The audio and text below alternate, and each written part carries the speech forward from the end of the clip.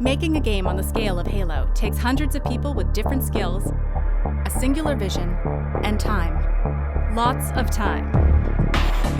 But before a game reaches store shelves, the team must create thousands of assets that are tracked in 2-week deadlines we call sprints.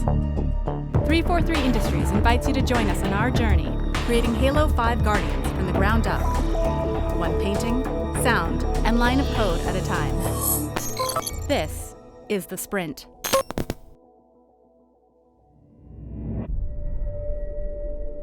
This is embarrassing because it was filed November 26th. It's got to be one of our longest running bugs here. Have you seen this lately? I saw it yesterday. Or sorry, no, yesterday it was the issue with no thrusters at all. Those no thrusters. That's fixed today. We see it intermittently every week. Here are all the E3 related AI bugs. Baron Schromm leaving his assigned area. Didn't we talk at one point about just letting him fly around the entire map? So we've expanded his zone for sure. I guess the point is more people are going to see him if he flies around more of the map, and if it's not the end of the world. We don't want him flying into rocks. We don't want him flying into the ground. Yeah. Like we need to be able to author where he lives, and right now we can't because of this bug. One more for top 10. The vehicle bays are unusable right now. Yeah. Like that is Vehicle bay, Okay. I think it's got to be. 10. We have 10 issues in our top 10. Perfect.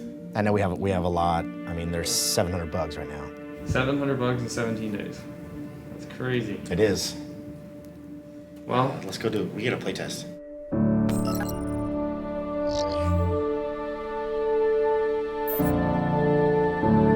I think you can kind of just see the peak of the Space Needle, right? On the far right. That little, or maybe that's something else. Warzone is our new huge multiplayer mode. It literally is all the pieces of the sandbox from Halo for the first time in one multiplayer mode. We have unique weapons that are sort of tiered, different types of BRs with different attachments on them that you can acquire. There's also different tiers of some of the power weapons as well. And then we also have mythic items, which will be sort of unique items like Linda's sniper rifle or something like that, that is sort of like this uber epic thing that's super powerful in a different way. First person, great. These are concept pieces coming in. Plasma pistol. Tier 1 and Tier 2.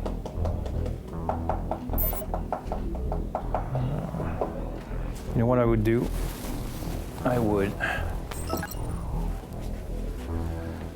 put that back into blue. That section here, blue, and having like some stripes of orange on the side. This way we still identify this as the base blue weapon, and then we'll have the stripes on the side. Who does the needles? Is that the effects team? How quick could they flip colors on those needles? We could give it a try. Personally, I don't mind at all. The only thing with that though is the needles, if we change what they look like here, we'll have to change the firing effect, we'll have to change the muzzle flash. It might be an option for tier 2 where we could ask them if they could change the needle color, but then they'd have to change everything down the line. I'll take a look at this and see how many downstream teams are going to be affected and what kind of. That's the thing. Let's just investigate first. But if you think it's something doable with the schedule we have, let's just give it a try. Okay. We've got the tier 1, and then we have one more weapon. Wow, this is unreadable. I like the details on the back of the stock, but you never see that. I mean, unless you're meleeing. So, one question. We have Kelly's shotgun. It's supposed to be, a legendary, very rare weapon. Does this shotgun get too close to Kelly's shotgun because they're both white? That's the thing. I'm wondering how these weapons that are specific to characters are inserting themselves into the tier system. Where are they positioned on that tier thing? Are they above the tiers? Yeah, these they're two above tiers? the two. In terms of power? Yes. Well, ideally. Yeah. We haven't seen them yet.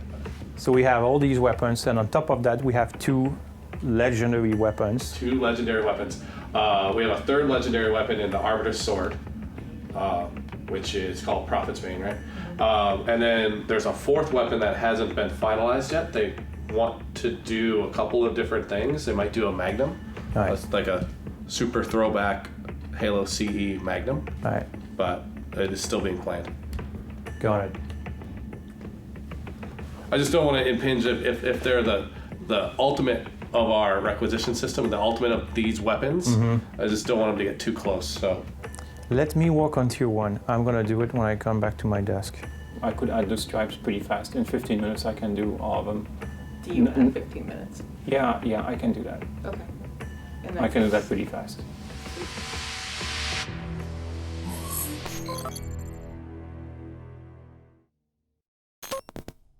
All this is actually on the bottom of an ocean. Look, there's a whale. So you can see that they've built this structure to keep the water from rushing into where they're mining. But I didn't really get that because they hadn't been arted up enough to see the actual waterfall and water. So when that all kind of came in, I was like, oh, wow.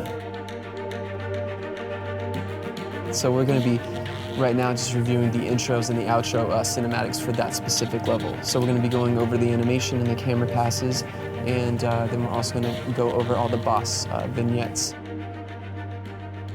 Lighting is a little bit off, so we should have a lighter review it, just to make sure that they're covering for the areas that we're seeing. See how the vehicles are getting darker? Yeah.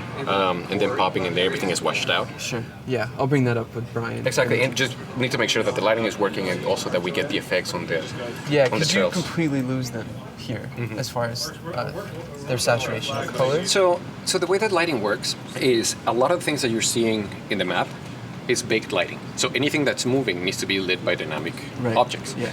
So it is possible that where you see it being black and dark, it's not taking any of the lighting that is dynamic. Right. The second part after this, what's happening after that is we cut straight into first-person camera point of view, so that what you see is the movie of the pelicans arriving, and then you see it from your player perspective exiting the pelican. We hover a little bit to let the players jump out, and then we exit, because it's essentially going down and leaving at the same time. Sure, you mean like just like staying longer. We're gonna look at the attacker version of this. So this is gonna be the other side of the map. But this is a problem. When did that change? Just today, and it was a really big issue with the Warzone team. So they're bringing it back.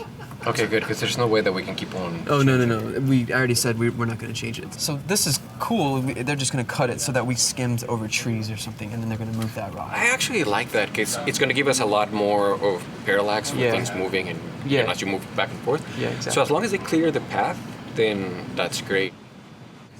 In general, with vignettes, not just in multiplayer, but all over campaign, we have a little bit of an issue in which it's hard to communicate. Here's where a vignette is happening. So whether it's the ground that we're walking on, or in this case, the pelicans flying through a piece of space, Art will go in and say, hey, this is going to look a lot more beautiful if you do it this way. And then we'll see things clipping into our animations. So that's too big of a change for us to keep kicking back. And this has been through so many iterations now that we've got it where we want it, so we don't want to mess with it. And sometimes if it's easy for us and if it looks good, we'll do the changes. In this case, it's a massive change, so we request that environment helps us out and don't mess up the vignettes that are already there. Yeah. Is this map where you also see the elites? The elites? Let's look at the elites. Okay. We have a couple of quick character intros for some of the bosses, so players fight something that is a little bit more complex and difficult than the regular enemies. Are we tied to this kind of like do not pass? Well, yeah. I worry it might be telling a player you can't go through this thing. Okay. Where the entire intention of the piece is to let them know it's smashable, you can move through this space. Right now it kind of looks like, is this thing gonna open as I approach it? Does it open based off a scripted sequence? If it felt more like this is a static piece in the space and the only way to get through it is to smash through it, I think we'd be happier. And we also don't like how transparent it is, because transparent objects in multiplayer can give us weird results where players are on either side in a game of chicken. Who's going to break through first, or who's going to make the move around a piece? We prefer you can't look through it at all. If it's going to be solid, what kind of material? Because that kind of depends on how I shatter it. Yeah, and it can't be rock for this space, it wouldn't make sense. Right. What if it was just like a draw door? Because I know in campaign they have the vents. Just to be clear, entirely new look, and entirely new break. Entirely new asset. Just. Well, if we have a similar thing in campaign, maybe see what they have. Does that sound good, Lance? Yeah, that sounds good.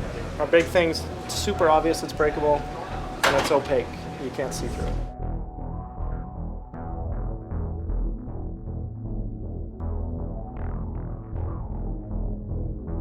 We're trying to have specificities for all these weapons, expressing each tier in a different way. It's a bit of a challenge. We have a lot of weapons, so we have a lot of different designs. There's a bit of a candy approach to these weapons too when it comes to skins. You want to obtain more, you want to have the one that looks funky, that looks really good. This is just too much like the original shotgun, so we need to be putting a bit more visuals in there. We need to have more presence of reds to be sure that we identify the tier way better. We don't see it in first person. Red is going to be expressing danger. It's the tone of blood, and we're talking about weapons here. So obviously, without being gruesome or whatever, it's a stressful tone, and you want to express that excitement, that bit of stress going on, that adrenaline going on when it comes to the weapons. There. So as you see, before and after, way more presence in first person. This is the tier 2, that we need far more red presence in there. Red is a great combo, especially when you combine it with white, for example. The white weapon, it's a bit more rare, you know, it's like there's something a bit more pure, that it's just expressing like the rarity in a certain way of that weapon. We still want to have a graphic system, like a visual system that would just make sense. So we're gonna go with something similar to this. The red is definitely gonna pop. All right, another one done.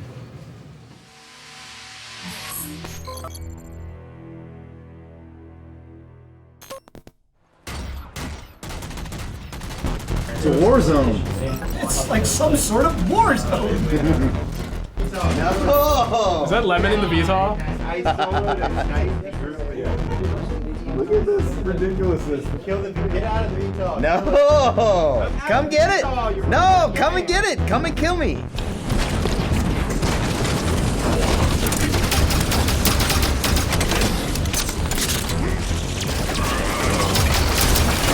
Blue, we need to go for a garage. There we go. Is that a splinter turret?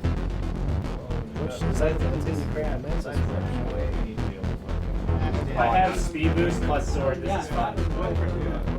You were so fast. So fast. You are so fast. I could not hit you. Okay, look at his feet. See the triangle?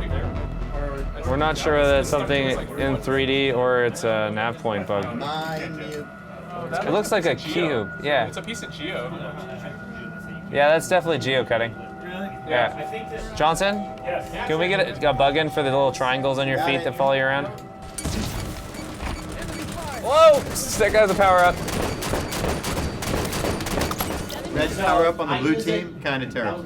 So I use it every single playtest. Hey, we're missing the engine. The engine effects are missing from the Pelican too. James? The engine effects are missing from the Pelican out the back.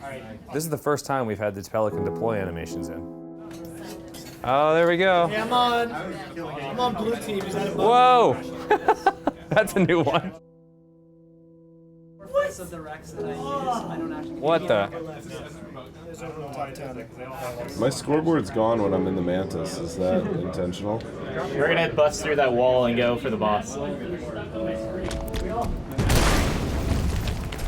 Alright, you see him, Chris French?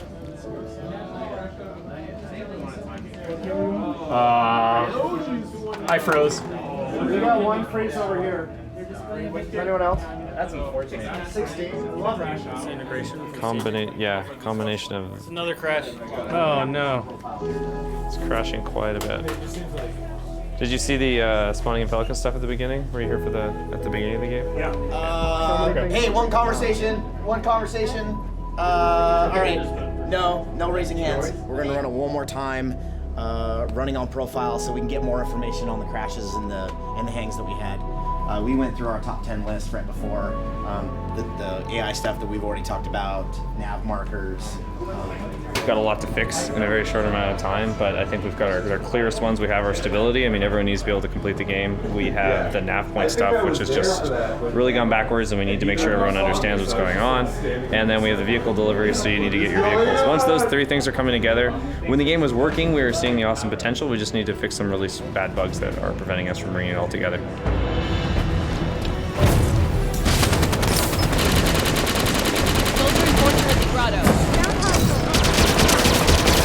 Yes, the elites are working. Ranger squad is lined up.